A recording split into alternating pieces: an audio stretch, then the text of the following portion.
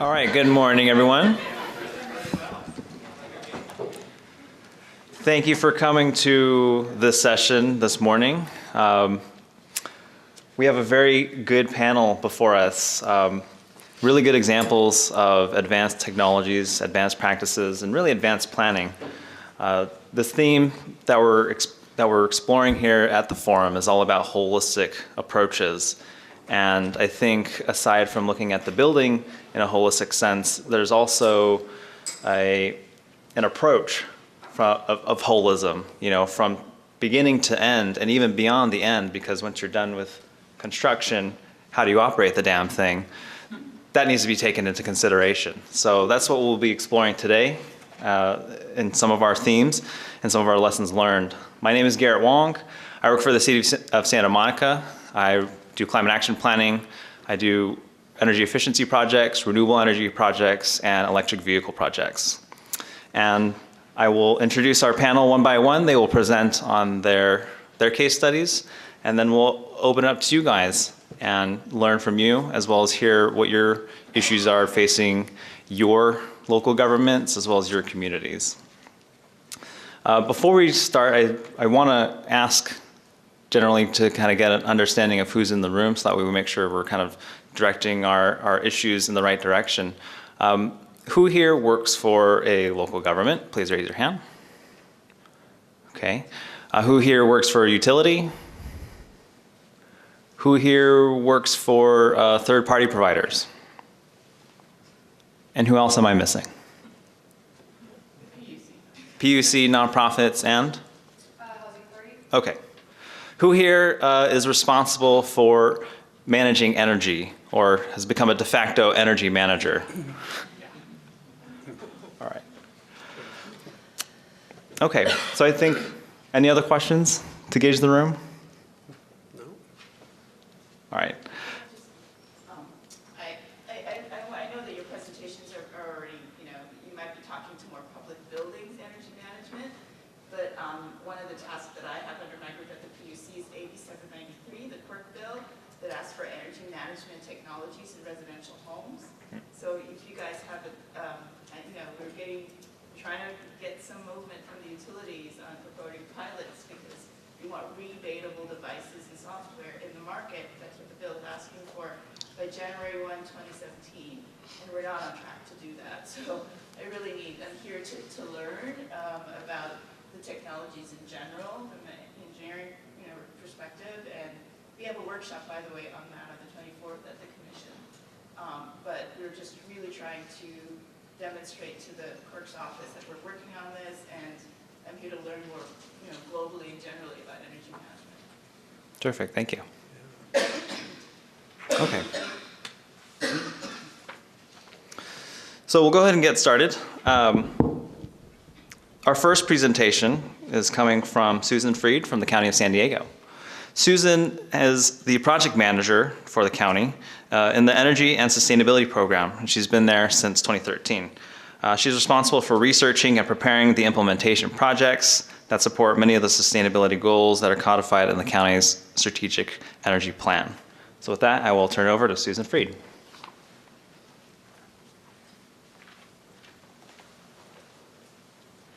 Good morning.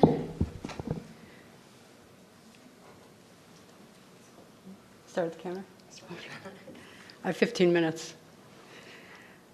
So I'm going to talk to you today about Zero Net Energy at the County of San Diego. We just opened our first Zero Net Energy new construction facility. It's a library.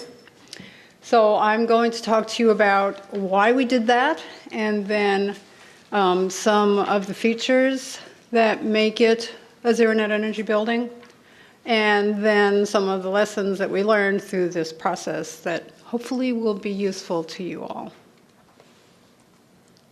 So this next couple of slides, I presented these to the Facility Planning Board at the county, so there's a lot of reference to, everything we do needs to refer back to county policies and that sort of thing. And not necessarily in any prioritized order, but these buildings tend to have a good ROI. They're healthy for budgets. We determined after it was constructed that the upcharge for doing the energy efficiency, the photovoltaics, and the reduced demand charge, we will have a payback in about 12 years for that upcharge. It was about 5% more than what the budget was initially. But anyway, after that, our utility bills are essentially free. So that's a point that resonates with people who count the beans and have sharp pencils. We also have an initiative at the County of San Diego called Live Well, and that means that we're looking to make healthy environments, healthy communities, healthy people, and our part to support that includes providing facilities where people can realize these healthy lifestyles. As we all know, I don't have to tell you, these kinds of things support better productivity and reduced absenteeism. And that's important to local governments. And our county strategic plan calls for being responsible to our communities, providing model and supporting healthy lifestyles and protecting our quality of life, which zero net energy buildings do. So here's an interesting slide. At the County of San Diego, we have a policy that we built for 50 years. 50 years ago, buildings weren't really built with that in mind, so 50-year-old buildings are a lot easier to replace now. So anyway, we have a plan, a facility plan that looks at all the buildings that are 50 years old, that are going to be 50 years old, and they're slated for replacement. So when we build for 50 years, and equipment tends to last, the big high-cost equipment tends to last 15 to 25 years. So we're making an investment for a long period of time. And if we're going to do that, we should do it in a way that takes operations into account. So the more affordably we can operate a building, the more affordable the building is going to be in the long run. So another issue is we know here in California what we are going to be expected to do in 2030. If we have to reduce our energy use or improve our energy efficiency by 50% in our existing buildings, then everything we build between now and then is going to be an existing building. So let's start now building Z&E, because then we know we've got, that whole part of our portfolio is already done. We don't have to worry about it. So I took a look at our portfolio, and I added up all the square footage of the things that were going to be built, or replaced rather, between now and 2030. And we can get like up to 20% done that way, just building Z&E. So that is now, and we even have at least one of our supervisors on board with that. This is the way we're going to build from now on. So Alpine Library just opened in May. The budget was established in 2012.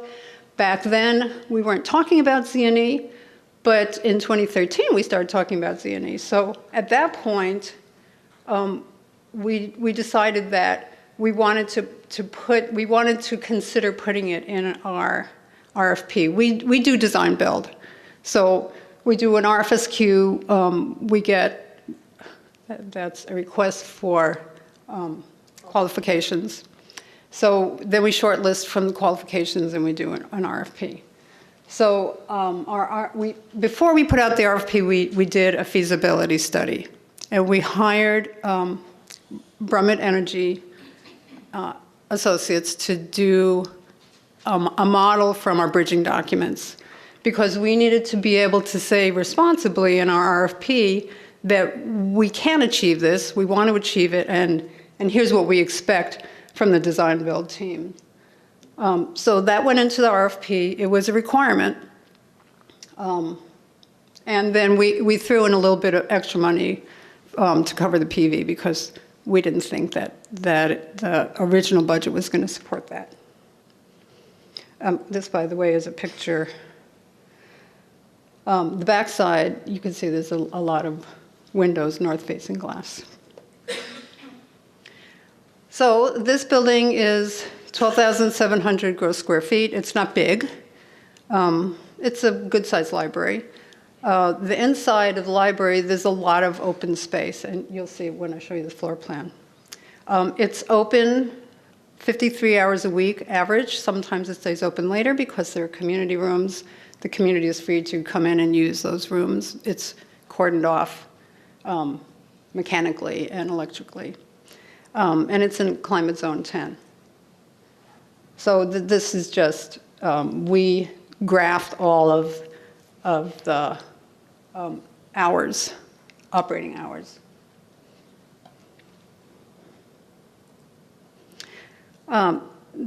We acquired this building site from the community, so we only bought what we needed. The site was very constrained, but fortunately, the configuration of the building pad is mostly east-west, so we got good southern exposure, and we got good northern exposure for daylighting. This was lucky. Not every site has that benefit, but I believe that passive technologies are a really important aspect of zero net energy. So some statistics. What we ended up with in terms of insulation is really code compliant. We didn't exceed that very much because through our modeling efforts, we evaluated what would be the benefits of doing one thing versus another thing. If we put money towards this technology, how's that going to affect our EUI? So we ended up with the right amount of insulation for this area. The lighting power density, on the other hand, we beat code by quite a bit. And that had a very positive effect. And I'll show you later a model that indicates with each technology how much it reduced the EUI. For our HVAC, we use a variable refrigerant flow with heat capture. So there's a hot water pipe, a cold water pipe, and there's something like 15 units, fan coil units throughout the building. We do have this really beautiful solar thermal hot water on the roof, evacuated tubes. It's really a lovely thing to look at. It has aesthetic value as well as renewable energy value. And this says that it's providing 90% of our use. It's actually probably going to be 100, but we needed to have some backup. So there is actually electric water heating as a backup, just in case somebody wants to wash their hands a lot. That's the only hot water. We don't take showers in the library or wash dishes or anything. Oh, there was something else I wanted to say about that. And plug loads, we have a lot of outlets so the community can come in and plug in their laptops and their phones or whatever they want to plug in.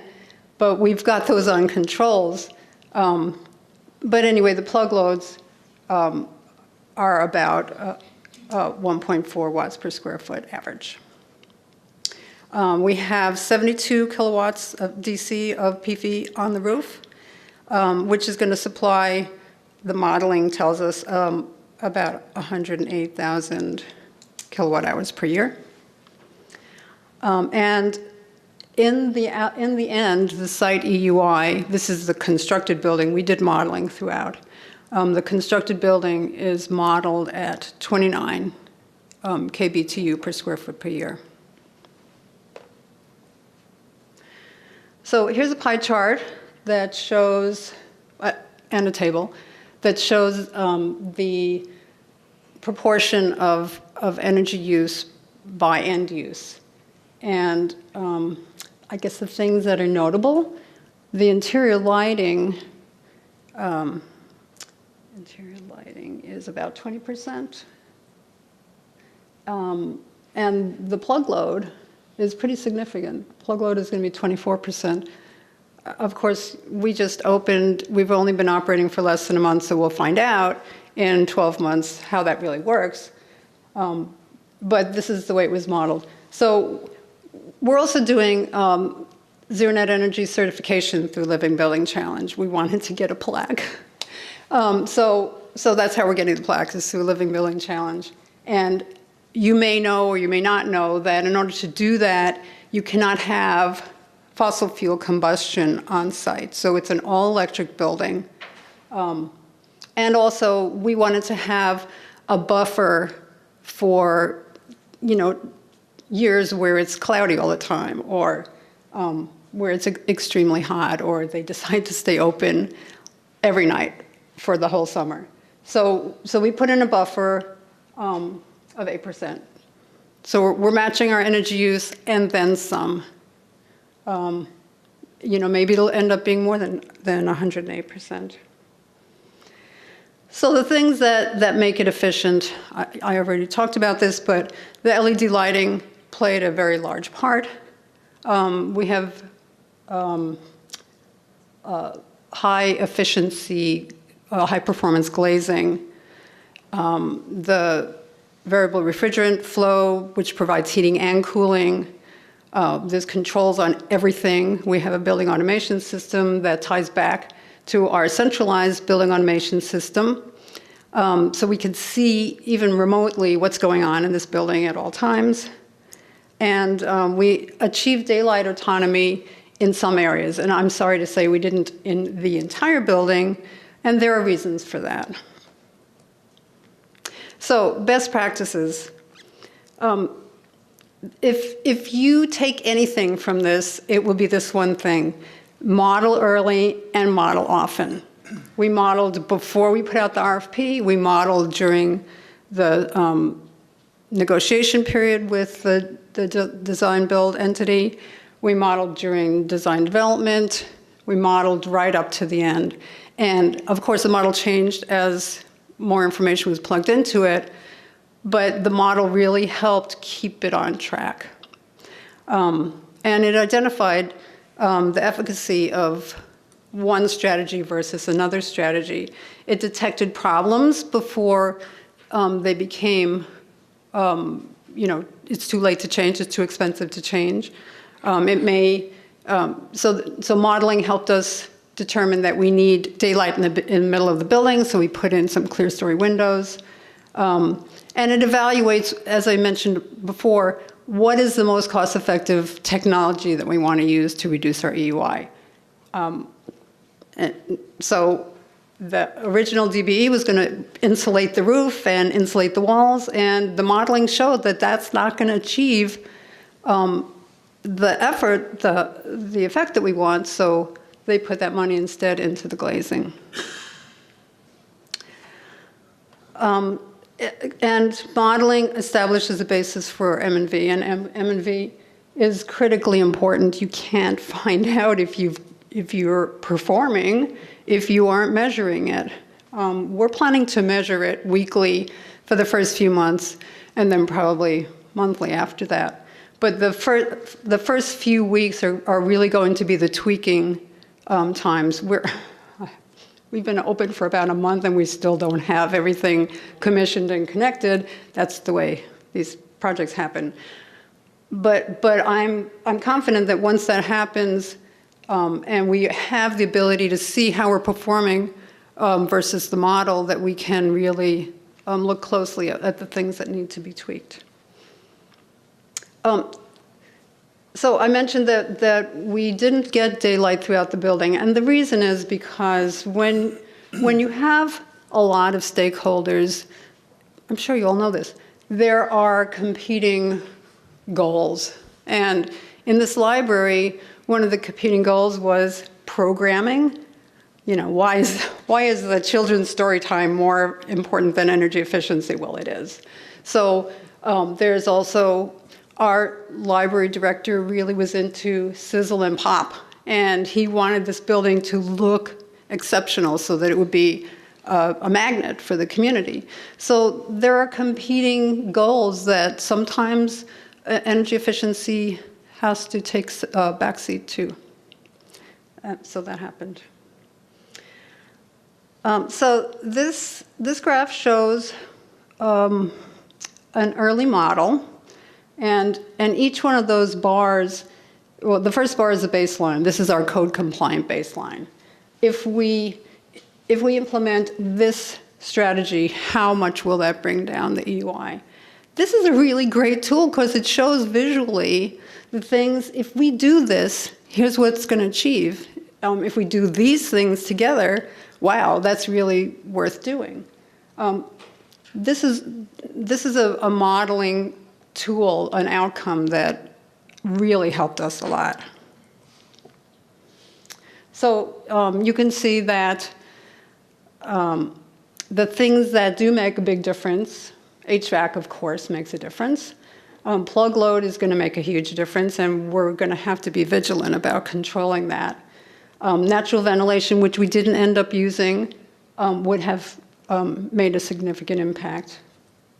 But the lighting power density really has an effect, and it's so easy to do. So the thing about lighting is that if you control it, it's on less than it would be if you didn't control it.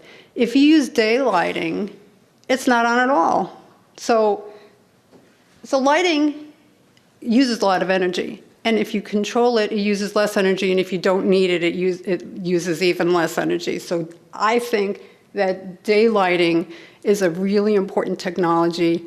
And even though it had to take backseat to other demands in this project, whatever you can do at the beginning of your project to really push that forward, that's my recommendation. This is a floor plan that shows the yellow areas are where we did achieve maximum daylight, and it's actually less than all occupied spaces. It's too bad, but it's a beautiful building. If you're ever in Alpine, please come and visit this building because it looks fabulous, and it's a great resource. Another best practice is understand and embrace your MMV plan. An important aspect of MMV is submetering. You have to know what things you want to look at, and the way you know that is by doing one of those pie charts. Well, our end uses are going to be this much percentage of our total use, therefore we really want to track that. The initial proposal from the design build entity was to put in this many sub-meters. And we looked at it and we said, wait, 51% of our energy use is coming from HVAC, fans. Don't we want to put a few more than 1 meter there? Because how are we going to know where our energy is being used? It's 51% of our energy, but we only have 1 meter. So the more granular you can get, once you know where the energy is being used, that's where you put your meters. And that's how you end up calibrating your energy use. Another thing that MMV can help do is engage billing users, because those are the folks that are using the energy. So we design it, we build it, we turn it over to them, they use the energy. So training people who are using the building to understand how all the systems work and to be a partner in energy conservation and energy efficiency is really important. They are going to determine what your performance is going to be. So this is not something that we've necessarily done right, but I think it's important, and that is if plug load is 24% of our end use, managing it is going to be really important. So maybe it's not walk through the library and tell people unplug all of your stuff because it's a hot day and we don't want to spike our demand. But using controls and maybe even scheduling. So I had this thought that we could we could cycle all of our circuits. So one plug load circuit could be turned off every 15 minutes. Somebody's plugged in. Oh, look, my phone's not charging anymore. 15 minutes later, oh, it's charging again. I mean, people don't even necessarily know, but it's a concept. We didn't do that, but it's something to think about if plug loads become an issue. But you know, it's a lot bigger problem now because zero net energy buildings tend to be efficient in the other end uses. So it's variable, it's hard to predict, it's hard to control. We got to find ways to control it. So the final analysis, you know, everybody knows this, zero net energy is not free. We had to hire a consultant, and boy, am I glad we did, because they really helped us to get a good product. They really helped us to refine the design process. And I really believe that a year from now, we're going to find out that it is functioning as a zero net energy building. We involved all the stakeholders. It was a really integrated design process, and you know, everybody learned from it, so now they're all Z&E experts. So another issue is the costs. The first cost, you know, all public entities have this problem. The first costs, if they go up, if your budget suddenly expands, where's it coming from? Well, it's coming from your capital reserves, but the savings that expanded budget is going to return to you come from operational. And they aren't necessarily the same pots. They aren't even necessarily paid by the same people. So it's important to make that clear up front. And you know, I'm sure that most public entities do that anyway. Zero net energy projects require added attention to energy use. So the submetering was one thing. We really tried to hammer home that idea that we need to be able to see what's going on in this building. You, DBE, really need to give us these meters where we want them.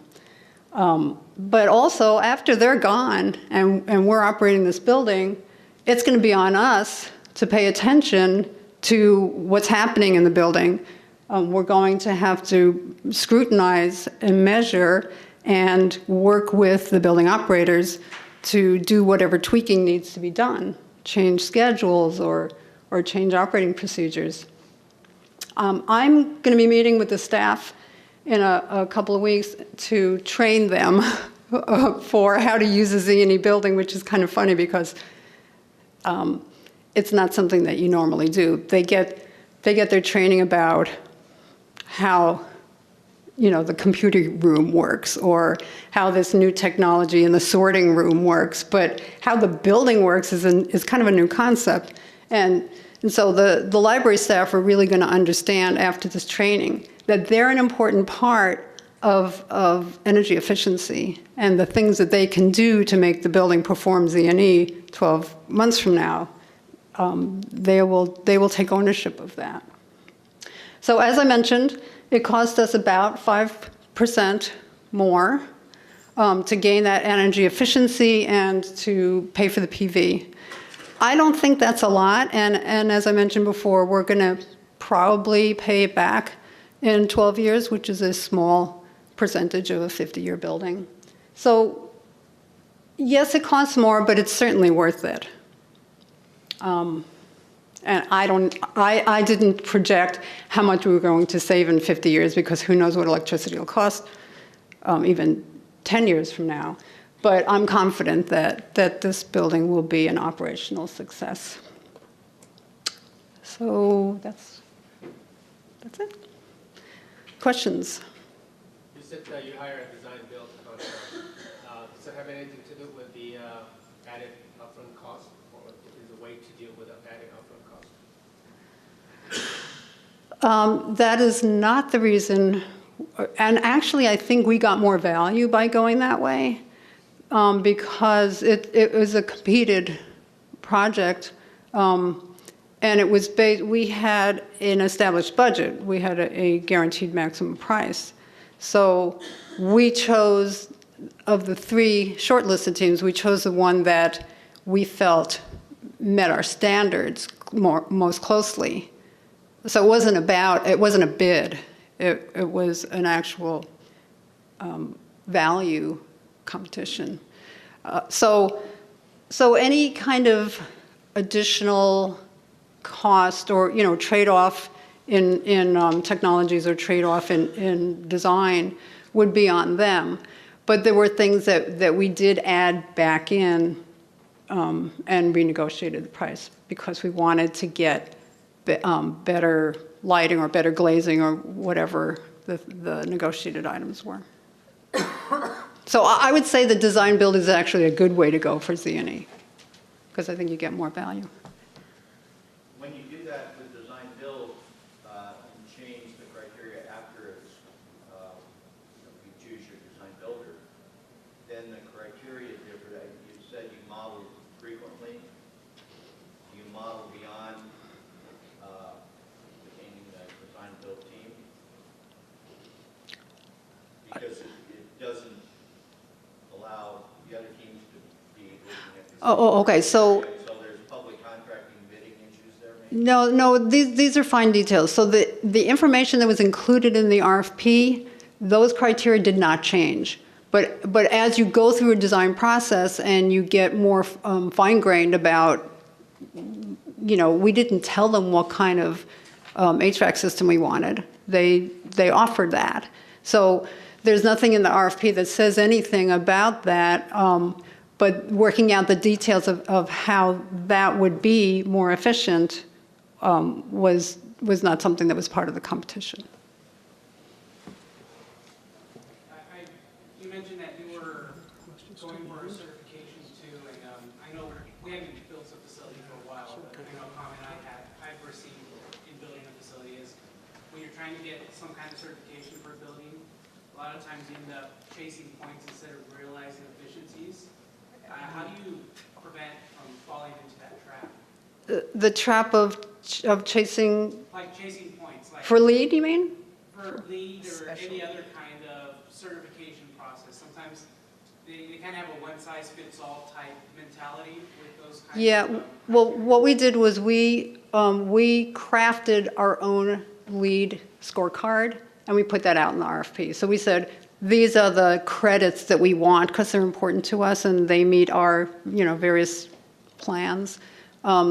So we didn't give a lot of latitude on, go ahead and give us a gold building. We said, we want these credits to get us a gold building. I think I have to end. Thank you. All right, round of applause for Susan.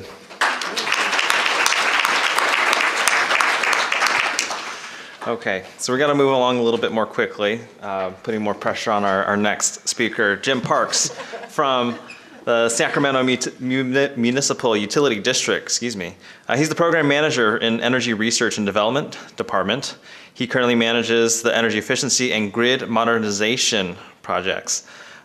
He has also worked in the areas of transmission planning, energy efficiency, electric transportation, and utility program planning. So please welcome Jim Parks.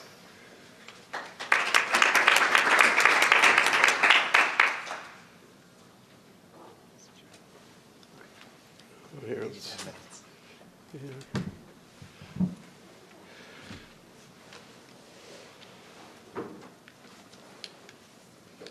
It's going backwards. Let's try this. There we go. All right. Yeah, glad to be here today. I've got a good project to talk about that we did in Net Zero Campus. Just a little bit about SMUD. We are the electric utility that serves basically Sacramento County, 900 square mile service territory, 620,000 meters, about a 1.5 million service territory population, and we are governed by an elected board of directors. So unlike the investor-owned utilities, we in essence are a municipal utility whose profits come back to our customers in the form of lower rates. So this is the project, the East Campus Operations Center. Just giving you the bird's eye view. This was right after it was completed, and I'll give you another look at that later. But the project drivers, we had this small area, it was 20 acres, that housed all the transportation, the warehousing, the vehicle maintenance facilities, office facilities, and it was just flat out too small. There weren't enough meeting rooms. So people typically had their meetings outside around a truck or something if the weather was nice, or under a patio cover or something if the weather was bad. And so we took a look at it and realized that this was not a good situation. The facility itself, as far as the campus part of it, was 65 years old, plus issues with parking and whatnot. Our largest vehicles couldn't really fit inside for servicing, so they'd be outside for servicing. There was only one exit, and it was very narrow, so if you had a big truck in the way, you couldn't even get out. So it was a difficult situation. On top of that, at some point, the Sacramento Regional Transit built this light rail system right through the middle of the campus. And so over on this side here, we had all the pole storage and transformers and things like that. Well, in order to get out, you had to cross the light rail track and go out this way onto the street. And so you have 8 trains per hour coming, one way or the other, going across that space. And here we are coming across with large poles and so forth. Now you'd wonder why they would allow us to do that. It's because we were there first. They built a light rail through our system. They would, if you went in today and you said, okay, we want to have the ability to cross your track with our poles and stuff, the answer would be absolutely no. But since they needed our space, the answer was like, well, okay, you were there first. I guess there's nothing much we can do. And so it was a difficult situation. I'm actually kind of surprised we never had an incident with that. But so 20 acres, and we had a master plan. We funded a master plan to go and look at it. They went through and looked at our facility and said, man, you need to, pretty much double the space that you have in order to effectively operate. And so we were able, in the down economy, to purchase 51 acres. And this was an old gravel pit site. And if you go out where this facility is, it's kind of like there's buildings coming up to it, and then it just kind of ends, and it's lots of gravel operations that have been out there, so lots of holes in the ground. We worked out a deal with the gravel pit operator across the street to take their fill dirt that they were pulling out that they didn't sell and to actually put it back into our facility to kind of raise it up a little bit. And so we got the 51-acre site. We're put in an office building, some yard buildings, $122 million project. We started the site work in summer of 2011, and we completed the project June of 2014. Now, the goals that we had for the project was that it would be LEED Platinum certified and basically net zero campus. So here's the facility. Let me get my laser pointer off of there. Here's a facility just starting to kind of do the groundwork on it. And then here it is really laying out the concrete and everything and seeing where things are. And then finally, we get to the completed facility. The building up front here, this is the office space, 5 stories of office space, also has our control center in there. Then we've got some other warehouse, transportation facilities and whatnot. And so pretty big campus. You can also see here, this is the photovoltaic system, not the dark stuff, but the lighter gray, those are photovoltaic systems that were put in. And one thing I forgot to mention on this one, note this area here.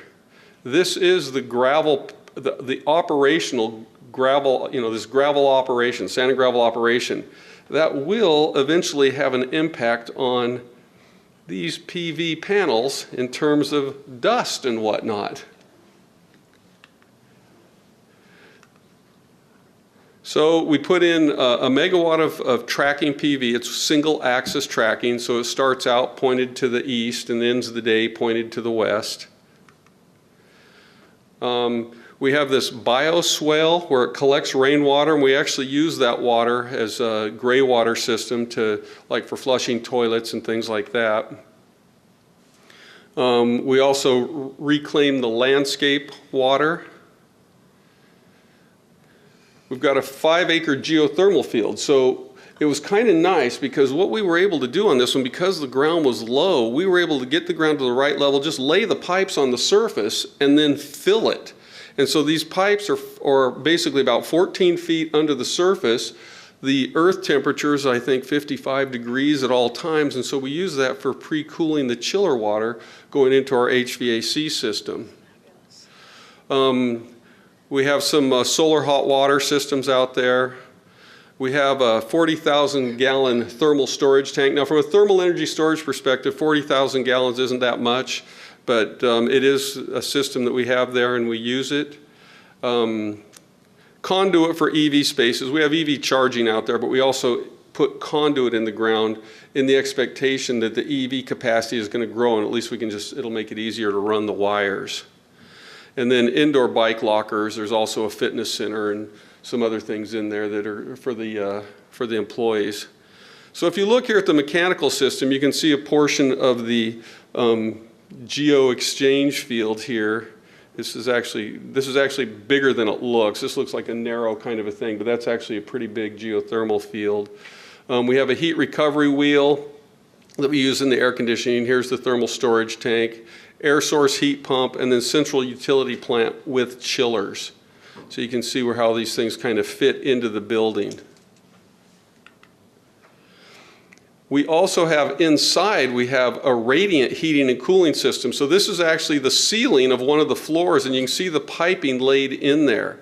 And so this basically the ceiling provides the heating and cooling as we run chilled water or hot water through that system. We also installed ceiling fans over the facilities, over the work areas. We have this chilled beam technology. Interesting on the ceiling fans right here, when we first turned them on, they're actually very low energy use fans. When we first turned them on, it was blowing papers off of the desks. And so we had to put them in the winter mode where it's actually blowing upward and then circulating the air downward, because when it blew down, people would be sitting on their desks and things flying all over the place. So it wasn't the best situation.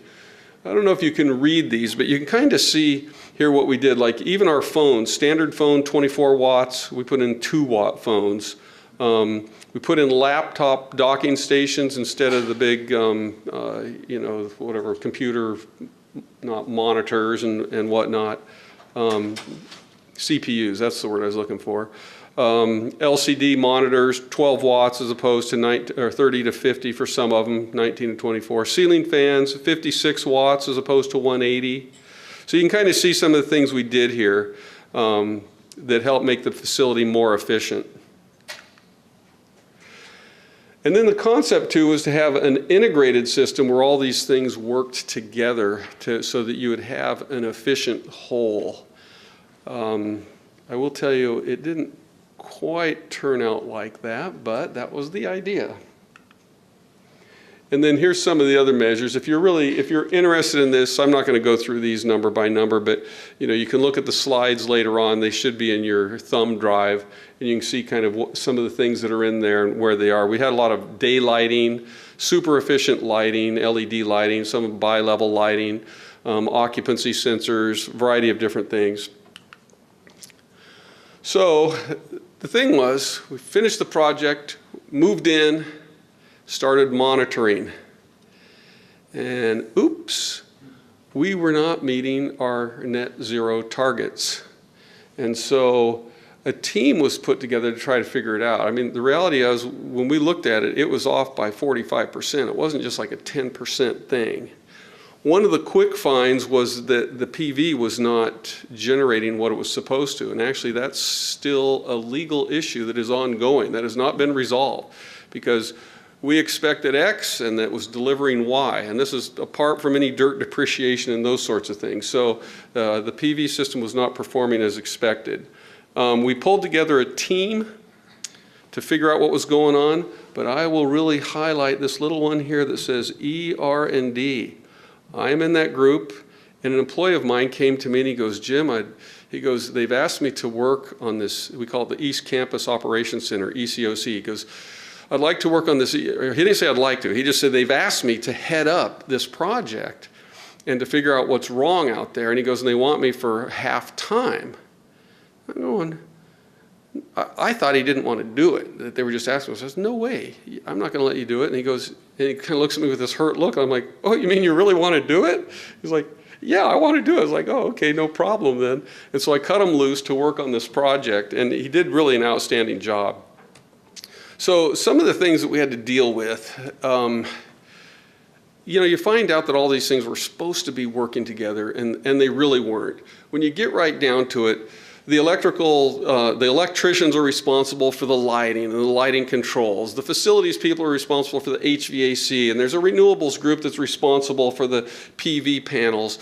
And there's all this different UIQ and, you know, different Lutron and different platforms in the energy management system. And they're really not working together to make the building really a cohesive whole and to operate at top efficiency. So we had to figure out what to do as a result of that. As Dave was walking the hallways, he would go over there at 2 in the morning, he'd go over there at 5 in the evening, just different times of the day, and take pictures. And so he saw that, you know, the lobbies and stairways, some of these things are lit 24/7. There were 10 big monitors that were just on 24/7. The daylighting controls weren't working well, or they had bundled everything into like a single switch, so this whole big area was on when you only needed a few lights on at a time. And so as a result, we got some of these photos here. You can see right here, you can see these screens. This was I don't know what time of day this was taken or what time of the evening. It's nighttime. You can see outside it's nighttime, but 100% light. It's all there. There's not a person in sight, and everything's just lit up. Same thing with the hallways. Lit up like a Roman candle. Actually, let me back up here. On this one, what we did, we actually, those monitors, we found that they did have a sleep mode. They're getting a continuous feed from our public affairs group, and so they didn't want them turned off completely, but they do have a sleep mode. And so after 5 p.m. now, we shut those off. The lights, we actually put them on a switching where it's a sweep where it will actually turn off. There's no reason to have those things on 24/7, and only a few emergency lights are on.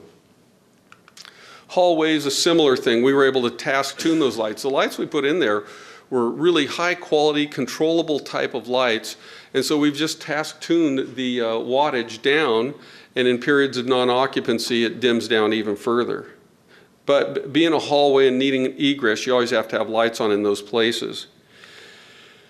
This picture was taken about 5 p.m. Field forces, if you work at a utility, I mean, they're, you know, by about 3 o'clock, people are really heading for the door, 3:30. And so 5 o'clock, there's not a person there, and all the lights are on. And this was one where the occupancy sensors were set such that if someone walked by, all of them would click on. There was no like pathway lighting or anything, because if you like walk in the door, everything turns on. Also, we noticed that we had daylight dimming, and you could really see it because it only went in a certain distance in, and so you'd see this kind of dim light, and all of a sudden this really fully bright light. And so we went through and we readjusted the light such that it could be a gradual dim across, and so when you walked in, it didn't really strike you so obviously. It's like if you came in this room and half of these lights were dim and half were bright, you'd kind of go, oh, that's weird, but if they kind of graduated, you wouldn't notice it quite as much. And then we set those to be on like 2 rows per grouping. So if you come in there and you trigger it with the occupancy sensor, you're not going to trigger all the lights at the same time. And also did the controls. This here is a wire cutting area, this area right here, 24/7, outdoor canopy lights. They were bi-level lights. They were just on full brightness. You go out there and do foot candle measurements, way too light. These lights right here, because they were bi-level, we actually set them where only one level is on at a time, and we alternate between the one side and the other. So in essence, we've just doubled the life of that fixture because only one of the lights is on at any given time. This one, we did a highly technical correction, and it's called a twist timer. And so when someone wants to go out there and use it in darkness, they just twist the timer and it's on for a certain amount of time before it shuts off. Had an outdoor amphitheater. This was at 17-foot candles. There's no one out there at nighttime. We just put occupancy sensors there. This is the car wash vacuum area. Same thing, lights on all night, you know. And he'd come out and he'd show me these pictures. Yeah, 2 a.m., look at this, lights on. The highly technical fix there again, twist timer. So We identified 111 lighting measures on the internal, inside the building, 37 measures outside. We implemented 102 of the 149 total. So it cost us about $100,000, and we got about a 5-year payback on the projects that we did. There's still 47 energy conservation measures remaining, and those have a simple payback of 12 years, so those are being scheduled as we speak. The air conditioning was interesting because we had such an interesting HVAC design. There was a university that wanted to do a deep, in-depth study on that, and for no cost to us, they came in and really fine-tuned the air conditioning system so that it's working much better. So as a result, we're getting more on track. The building still is not net zero, but for a variety of reasons. So we're going to continue to finish out the lighting projects, and then we're going to do a plug load assessment, optimize the photovoltaics, and then central plant optimization, which we feel is in pretty good shape right now. So final thoughts on this. We achieved LEED Platinum based on the design. In new construction, it's not really based on actual. Whether it truly had to be net zero, I don't know. You know, from LEED's perspective, if it's designed that way, you're good. And so it's a LEED Platinum facility. I always question on net zero projects whether they really are net zero. I haven't seen too many of them that actually come out to be truly net zero. Ours initially started out really far off, but we've improved that. And then the campus is extremely efficient, but not net zero. There's a greater number of staff than planned. We are doing a remodel of our headquarters building. We moved a bunch of staff over there, just totally maxed out the place.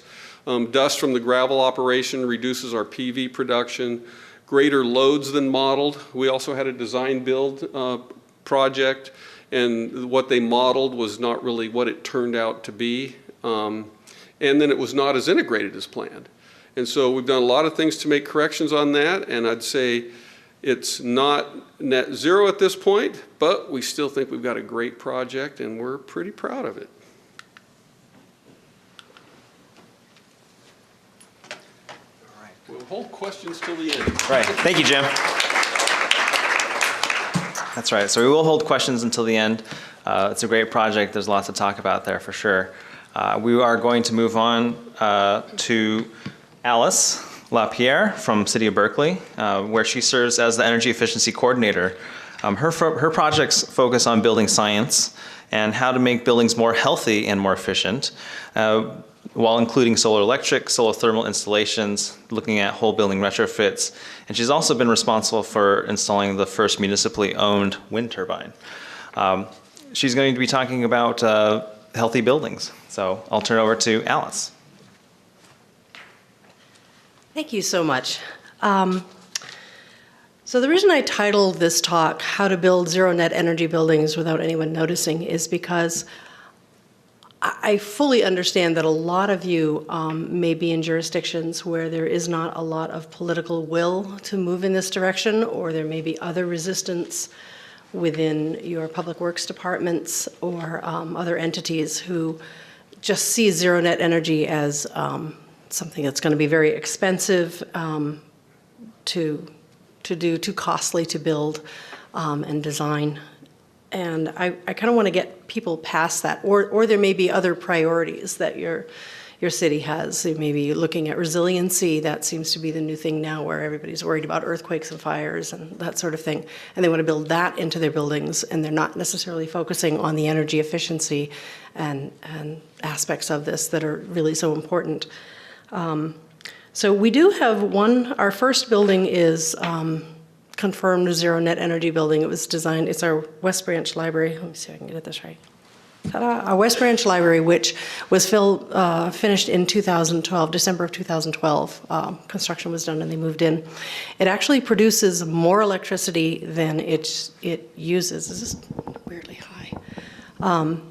And so we have excess electricity now that we've been able to calculate out for several years. So we're going to be we're in the process right now of installing a new curbside electric vehicle charging station to use some of that excess electricity, because as you know, you don't really get money back you get this much money back on your dollar for energy produced. And the wheeling cost to wheel it to another building. It's just not worth it. So this is how we're going to use it up. And my ace in the hole on this building is that if the EV charging actually turns out to use more energy and knocks us out of the Z&E category, because this was designed under the older code, I can actually go back in and do a lighting retrofit and turn everything to LED, and we'll be back. We'll be jiggy at that point. For financing on that, we actually got a bond for $26 million that authorized us to retrofit all 4 branch libraries. So 2 of them were actually complete remodels.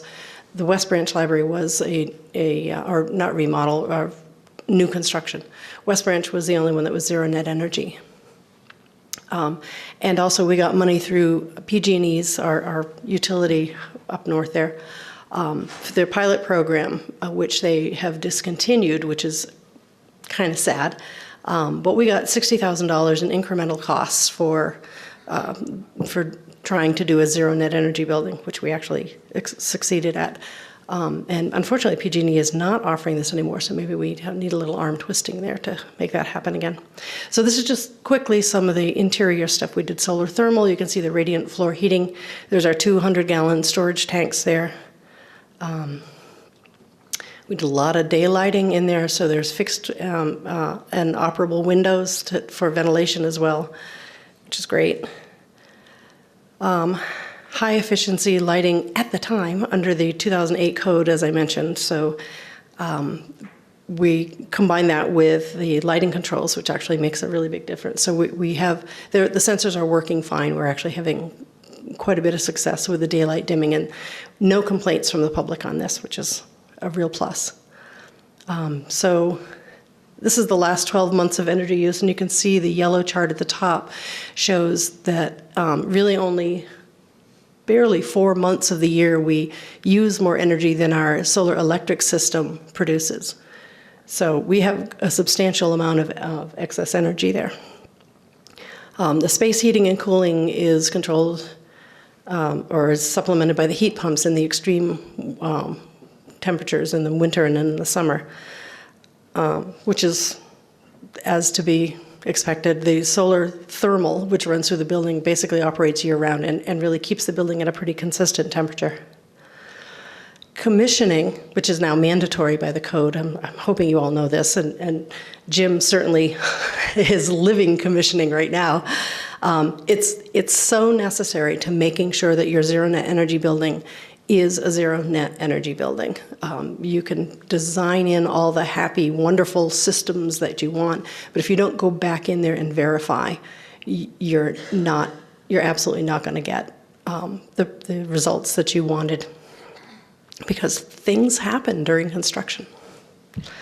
So that's our happy zero net energy building, which is verified and all that. But most of us already have like a bunch of existing buildings. And for me, that's where the problem lies, is that we have to do something with these existing buildings. We can't just tear them all down and rebuild new. We'd love to, but some of them, but we have issues, at least in Berkeley, we have historic buildings. So we have to be very careful about what we decide we're going to tear down and go through all kinds of hoops, and it just delays things. So our goal is to actually find as many existing buildings that we have and make those zero net energy buildings. There's a huge opportunity for us to do zero net energy buildings. The problem with just doing energy retrofits on your buildings is that once you go after the low-hanging fruit, sooner or later, you're going to have to harvest all the fruit. You can't just leave everything to the end. So it's really better to take a zero net energy approach. Not all your buildings are going to be candidates. Certainly not all our buildings are candidates for zero net energy. But the key is the ratio of the floor area to the roof area. Is knowing what your energy load is in that floor area to the roof area that's available for solar thermal, solar electric. So the other key thing is that your building retrofit has to absolutely include building envelope.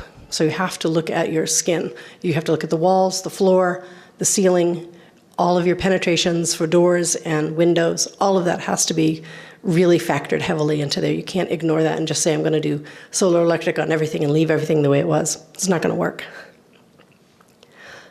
So this is our ugly duckling building. It's our Berkeley Mental Health Clinic. It's a former mortuary. I know, everybody goes, I see dead people. It's a really old building. It has a lot of skylights in a lot of really inconvenient places. It's got, part of it has a historic tile roof in, if I can grab that. There we go. This whole area, which faces south, is historic tile roof, so we can't touch it. This is one of our historic buildings. It's not ADA compliant. It's got standing water in the crawl space. There's mold and ventilation issues, lots and lots of staff complaints. You walk in and in the wintertime during the rains, it's pretty ripe in there. These are pictures that I took. Really, this is really the ugly duckling. It's a wood frame building with a raised floor, so there's a crawl space underneath, and some of the ductwork is hanging, it's fallen down, it's lying in mud, and there's the Derby Creek runs underneath the building, so we have water flowing year round, but especially in the wintertime, it's really damp underneath this poor thing. There's 3 furnaces from the 80s, 2 AC units, we don't know how old they are, and a very old water heater from 1995. And then we had a rodent problem, an infestation. So our well-meaning facilities maintenance guys went in and said, well, we'll just seal up the crawl space of the building so the mice and the rats don't get in there, forgetting that there's no ventilation. So all that water that was underneath starts crawling up through the building. It's coming up through the ductwork. It's coming up literally through the walls. It was a tiny nightmare. I would not want to work in that building. Then there's no insulation in it, and it's single pane glass, adding to the misery. So, as I said before, the critical thing to look at when you're assessing a building for zero net energy is to look at the ratio of the energy load to your roof area. So, this is my very humble first sketch. Thank you, Google Earth, for providing this for me. I have a little measurement tool that you can use to kind of figure out your areas. And as you can see, some of the green that are outlined in green or solid green, those are all skylights that are there. There's random HVAC flying around on the roof in again, all very inconvenient places. But once we sort of identified that this would be a good candidate, we looked at the load and so forth, and looked at the type of panels that are now available, which are great. You can get about 20 watts per square foot out of a panel, which is just wonderful now. We figured we could do it. One of the things to remember when you're doing this kind of assessment is to remember that you have to leave pathways for fire access, because your fire departments are going to come down on you if you don't. So that has to be cleared. So this is just the quick back of the envelope thing that I did. Looked at several years worth of energy consumption, came up with an average kilowatt hour after converting natural gas and therms. We presume 20 watts per square foot for the panel production. Sorry to get that off there. We figured our usable space was roughly 3,500 square feet, and so our allowable system size, we calculated at about 70 watts, and that was actually very similar to what Susan had for her building, which I thought was very interesting. Our expected production from this, for the 70-watt panel, is calculating 70 watts, or kW, times the amount of daylight that there is on average. We're looking at a system of about 107,000 kilowatt hours. So, to confirm that, we actually commissioned a zero net energy study, which I highly recommend you do for whether it's new construction or whether you're doing a retrofit. And the cost of this was actually very interesting. Our feasibility study was done through ELS, our architect. They calculated what their cost would be, and they actually said that they would give us a $2,000 credit if it turned out we couldn't do, or we could do zero net energy, which was great. We like that right off the top. We hired Bernheim and Dean to do the net zero energy consulting. They're very experienced. Ed Dean actually was the designer, the zero net energy consultant for our West Branch library, so we had a lot of confidence in him. And then we have our electrical and structural people in there too. So our total, after everything, our total budget for that was $20,000. A little high. You can probably do something a little less, but for a first time for us, we thought this was worth it. And then some of the things that they proposed are to do these light tubes. These happen to be Velux. There's a couple of different brands out there. There used to be more, but Velux actually bought the company that I really like. So we have Velux now. This has ended up being our panel layout, at least as we project that it's going to be. So you can see there's a fire access straight up through the center. And then, of course, all the perimeter stuff here. That's all code required and code driven. And then on the inside, we have zoning for the lighting as well as the ventilation and cooling and so forth in this space. If I go back here, you can see the little tiny round circles that are everywhere. Those are all of our little the sun pipes or the Velux tubes. And then there's just a few HVAC system pieces in there, including an ERV, an energy recovery ventilation system. So these are the column on the left is our baseline. That's where we started out.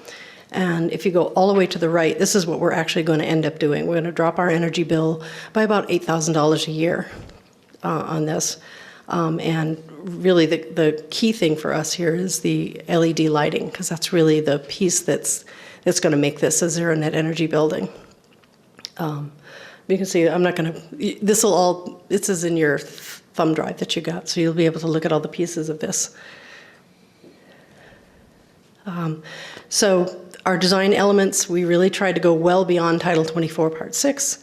We're using the tubular skylights, R20 dense packed cellulose in the walls, R30 plus in the attic insulation. We have attic of different spaces, of different depths, because this building had been added onto. So we have opportunities to actually give more insulation in places.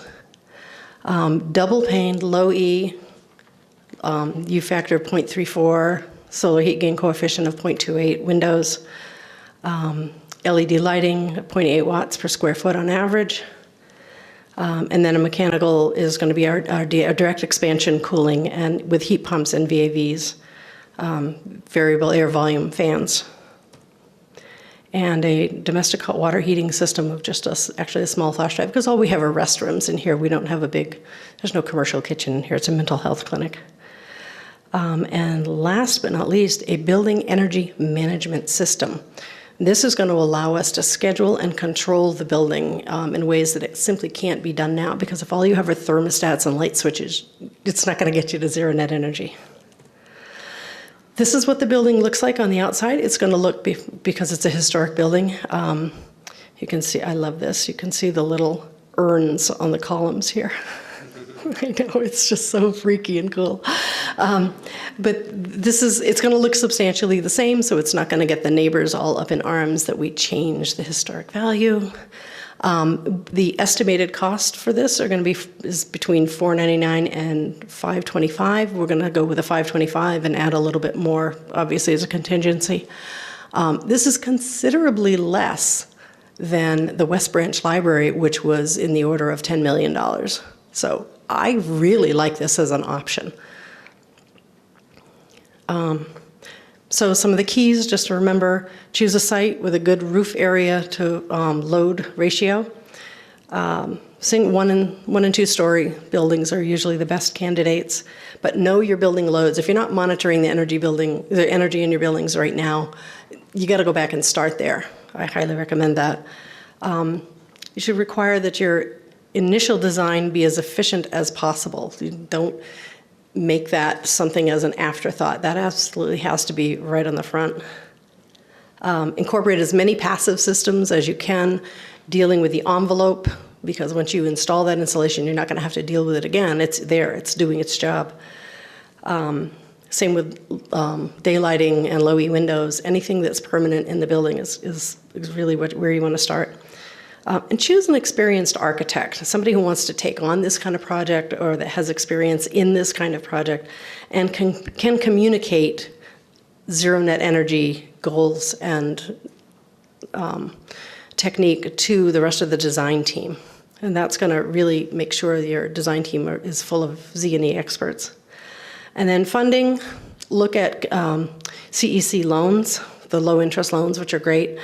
Municipal bonds, if you have that opportunity, I'd recommend those. And then utility rebates where they're available.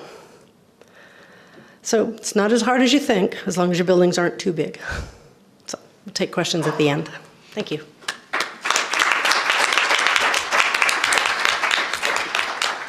Terrific. Thank you, Alice.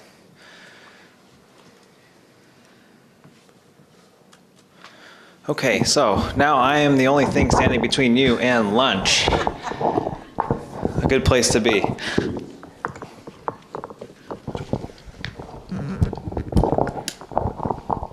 like to go handheld. All right, I'm not going to introduce myself. You already know my name. You know where I'm from. We had a lot of great presentations on really massive, extensive projects from new construction, and now looking at retrofits. And that's kind of where I'll be taking our conversation, kind of at a more simpler level. Santa Monica is doing a lot of really cool stuff. We just also did a branch library. It's platinum certified. It's actually capturing rainwater in 12,000 gallon cistern, and we're using that for flushing our toilets. So we're also kind of changing the policy landscape with that building and looking at water reuse.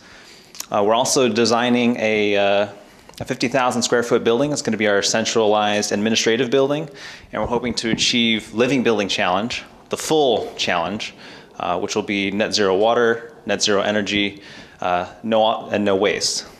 So we're currently in design right now, and so in the next couple forums, we'll probably come back to you and show off all the cool tools and strategies we implemented there. But for this discussion, because we had a lot of talk about like really comprehensive big projects, I want to kind of bring it down to a level where I think some of us perhaps might be more familiar with, which is just maybe like your one-off project or maybe your one-off technology. But also thinking about how do we future-proof and how do we make those smart. So, some baseline awareness of the context I think we're all familiar with, and as already alluded to earlier, is that a lot of our existing buildings today are going to be the ones still standing by 2030 and beyond. So that's where the focus really needs to be. Alice really emphasize that point, and that's the point that we're trying to take as well. And if we're looking at some of that low-hanging fruit, which is still, there's plenty out there, lighting is going to be one of them. And there's enough advances in lighting where that is something we can do right now, and it can be very cost-effective. So the case study I'm going to walk you through is much smaller on the scale of project, but it's still important nonetheless, and it's one where we wanted to demonstrate an example to the rest of our government who does a lot of tenant improvement projects, who does a lot of new construction as well. But we wanted to demonstrate some technologies. So this is our office for the Office of Sustainability. It's just under 3,000 square feet. It's in a leased space. So there's not a whole lot we can do with the HVAC. We just kind of had to leave it there. But we did do a lot with materials. We did a lot with ensuring that we had a lot of daylighting and open office space to make sure that people had access to views and things like that. So we wanted to demonstrate those technologies and really make it a showcase piece. So I know a lot of us work in office buildings, and I can imagine, by show of hands, people, if you don't work in an office building, you might know colleagues who do. A lot of us have those drop ceilings. A lot of us have those 2x4, T8, maybe T5, lamps, and those are ready to go. we don't really need to wait for those. And so what we did is, I didn't probably label this, but we decided to go with LED T12s and, T12 equivalents. And, just on the fixture itself, it's already 60% more efficient than the existing T12. And we're able to get almost 100 lumens per watt. And it's one of those things we can fit in that existing grid, which makes it really nice and not as intrusive for your existing offices. So once we looked at the existing light fixture, we also started looking at the controls. And so the controls that we have on those lights are daylight and occupancy. And the unique thing that we did was we actually affixed all the sensors to the light itself. We didn't do an occupancy sensor and a daylight sensor at the wall, at the door, or next to the window, or anything like that. We did it to every single light in that office. So that way each light can independently operate depending on the local condition directly around that light space. All those sensors are wireless. So they're actually going to start communicating to a wireless network of that we control remotely, and then we can look at independently how all of those light fixtures are reacting, and independently configure all of those. We can give them custom settings. We can set maximum lighting levels. We can set reaction time, ramp up time, ramp down time, and we can really see where utilization is happening. So even though it's a small space, you can see how the implications for a much larger space could really be effective. You can see where people are actually moving around in your office, and you can actually kind of future-proof your space if you're planning to change the configuration, if you're planning on adding more people, and it makes it much more dynamic than if you have to do a hard wire for one zone, which covers a quadrant of your building, and then you start putting up cubicles, and then you're kind of overlighting or underlighting certain areas because people are caught halfway between that zone. And so to accompany that light sensor, we also do kind of have a conventional switch, and this is what that switch looks like. There's 4 buttons on there, which kind of confuses people. But this switch also is wireless. It's not hardwired into the wall. It's not hardwired to any of those lights. It's a wireless switch, and it communicates back to that wireless network that I spoke about. And I'll show you what the controls look like. But again, within that switch, we're able to dim. We have custom presets, so you can cycle through presets. Let's say if I wanted to have full on, half off, maybe 75%, 25%. If I wanted to do a presentation, or maybe I wanted to have the back row lit, I could do that also. And these are all things I could do on my computer from my desk and preset all these wires, or preset all these switches.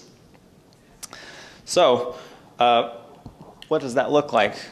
So this is what the light looks like. We have an open office, open ceiling format, and that's what the sensor looks like. And so it kind of, doesn't jar. It's not jarringly different. Looks like a T12 fixture, and it provides really high quality, clean light. This is what the open office format looks like. You can see we have a decent amount of windows. Unfortunately, because a lot of the surfaces are actually a dark gray color, especially the ceiling, when you turn out the lights, it's actually quite dark. So unfortunately, we have to keep them on for most of the time. But I've already actually set the maximum lighting level to only about 75% of what the optimal or the maximum lighting could be from these fixtures.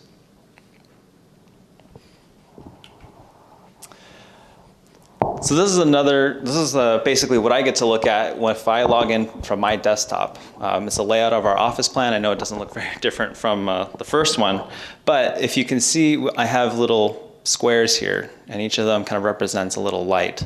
And I know you can't see it from where you're sitting out there, but you can see a little square here. This is a full orange right here in the middle. It's a little dark gray. Some of these are kind of like half orange, half gray. And if I toggle over those lights, I can actually see what the temperature is. I can see how long someone's been active there, and I can see what the full lighting level is being used at that one point in time, and how many watts it's actually using at that point in time. I can touch that light. I can say, go full on, go full off. So I could play a lot of pranks on my colleagues if I really wanted to screw with them. I can also toggle around, it's not visible, but there are wall switches, which I spoke about, which are visible on this map, and I can adjust those settings right there and then, as I wanted to. So this is what I think people are talking, this is what people are talking about when we're talking about the Internet of Energy and the Internet of Things. All this is being controlled remotely. I'm sure there's ways we can do this from a smartphone. I'm doing it from a laptop. It's all in a local area network. And it's great. We get a really nice display of how much energy we're using, but also how much energy we're saving and why. So if you look at these bar charts, you'll see this is actually our energy load profile, and it's quite funny because this is like 9 o'clock. So in the daytime, this is how much energy we're saving either through occupancy, daylighting, or I can't actually read what's up there, but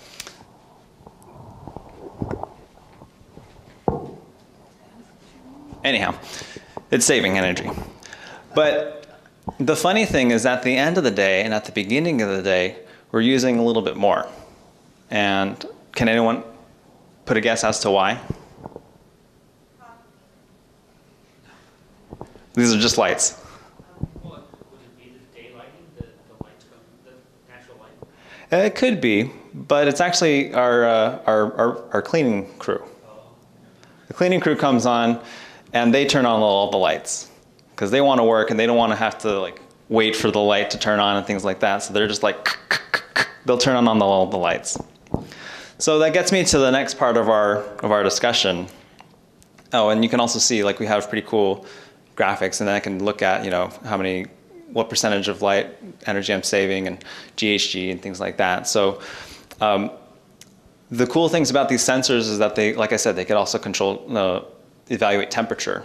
So imagine if you wanted to actually connect this to your HVAC system, which has, you know, maybe perhaps automated louvers, and you can actually really control how much heat and how much cooling you're going to be putting on a very specific site for a very specific reason. So like I said, you know, there's going to be user issues, and I want to introduce you to my colleague. This is Neil. If you can tell, Neil's working in the dark. No offense to Neil. Neil actually doesn't believe in climate change, but that doesn't matter because he's actually, you know, he's a very forward-thinking watershed program manager. And Neil has a penchant for going around and turning off lights. And so when Neil turns off those lights, it actually kind of disrupts the automated sensing systems and settings that I've pre-programmed. Because anytime you hit a button, the system works such that you override all the custom automated settings, and it sets that setting for an hour. So everything that's going to be pushed off, it's going to be off for an hour. So somebody walks into their office and he's already turned off the light. They're like, "Why isn't this working?" And then and vice versa. If you automatically turn it on or turn it on, and you want to turn it off, and you're kind of waiting and kind of seeing like, well, the office is empty. And so, you know, there's kind of like a little bit of back and forth. So beware the user when you go to smart controls, and that's basically the story there. And so in some cases, I've taken out the light switch because I don't need that user error, and I can set it so it's very finely tuned where the light's still responsive, and because there's no ramp up time, there's no ramp down time, it's an LED light, I can just turn it on, turn it off like that. So we have this in our copier room where there's a lot of in and out traffic, but the door's closed, nobody knows that the light's going on and off, and it's so responsive, it's great. And we've had it for all the private offices now where it's a manual on, automatic off. So if you really want to have your light, you have to turn it on. Okay, so my takeaways here are that smart design and controls can achieve energy efficiency, but they do have some pitfalls, like the users. Obviously, you need to think about your users. Obviously, buildings can work really efficiently as long as nobody's in them, but they're going to be there and they're going to do lots of random things you never thought that they were going to do. So it's important to keep them in mind. That's all that I would put out there. But it's great because we do have this M&V in place, and we have this interactive space where we can kind of learn and educate and hopefully kind of take these processes to the next level. All right, so with that, I have hit 12 o'clock. If any of you really want to stick around and ask me or any of these great people some tough questions or interesting questions, I'll put it out to you. I hope you guys found this helpful and useful for some of your projects and some of your buildings. And we really appreciate you being here and spending the time with us. So thank you.